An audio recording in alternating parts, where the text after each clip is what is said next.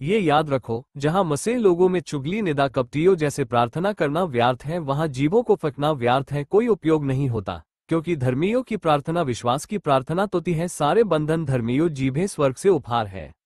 क्योंकि जीभों से गरज और बिजली चमकती है, इसलिए लोगों में डर पैदा होता है। क्योंकि जब पौलुस और सीलास प्रार्थना कर रहे थे, तो अचानक एक बड़ा भूकंप आया, जिससे जेल की नींव हिल गई और सभी दरवाजे अपने आप खुल गए और कैदियों की जंजीरें खुल गईं।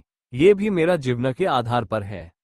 जहां मैं सेवा करता हूं, वहां 3 किन्नर हमेशा मुझे रोकती थी, जिसके कारण हम दोनों बीमार पड़ने लगे थे। लेकिन मैं हर साल 40 दिन उपवास करता था। लेकिन एक दिन वे लोग मूर्ति को नवरात्र के बाद विसर्जन करने गए और घर आए तो अचानक उनमें से एक की मृत्यु हो गई, क्योंकि अन्य भाषा की जीभें आग में सब कुछ जला देती है। भूत, प्रेत, जादू, टोना कर्मी और बंधन पूरी तरह से जल जाते हैं। इसलिए आकाश में गड़गड़ाने लगता है, आवाज सुनाई देती है और शैतान कांपता है और शापित हो गया। तूने अपनी दुष्टता पर भरोसा रखा। तूने कहा, मुझे कोई नहीं देखता। तेरी बुद्धि और ज्ञान ने तुझे बहकाया और तूने अपने मन में कहा, मैं ही हूं और मेरे सिवाय कोई दूसरा नहीं। परंतु तेरी ऐसी दुर्गति होगी जिसका मंत्र तू नहीं जानती, और तुझ पर ऐसी विपत्ति पड़ेगी कि तू प्रायश्चित करके उसका निवारण न कर सकेगी।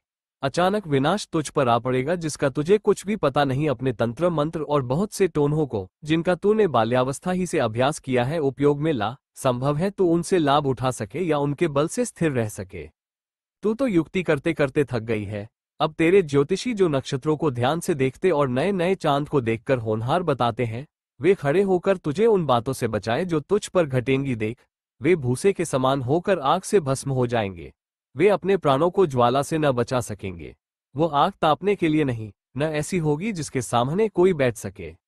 जिनके लिए तू परिश्रम करती आई है, वे सब तेरे लिए वैसे ही होंगे, और जो तेरी युवावस्था से तेरे संग व्यापार करते आए हैं, उनमें से प्रत्येक अपनी अपनी दिशा की ओर चले जाएंगे।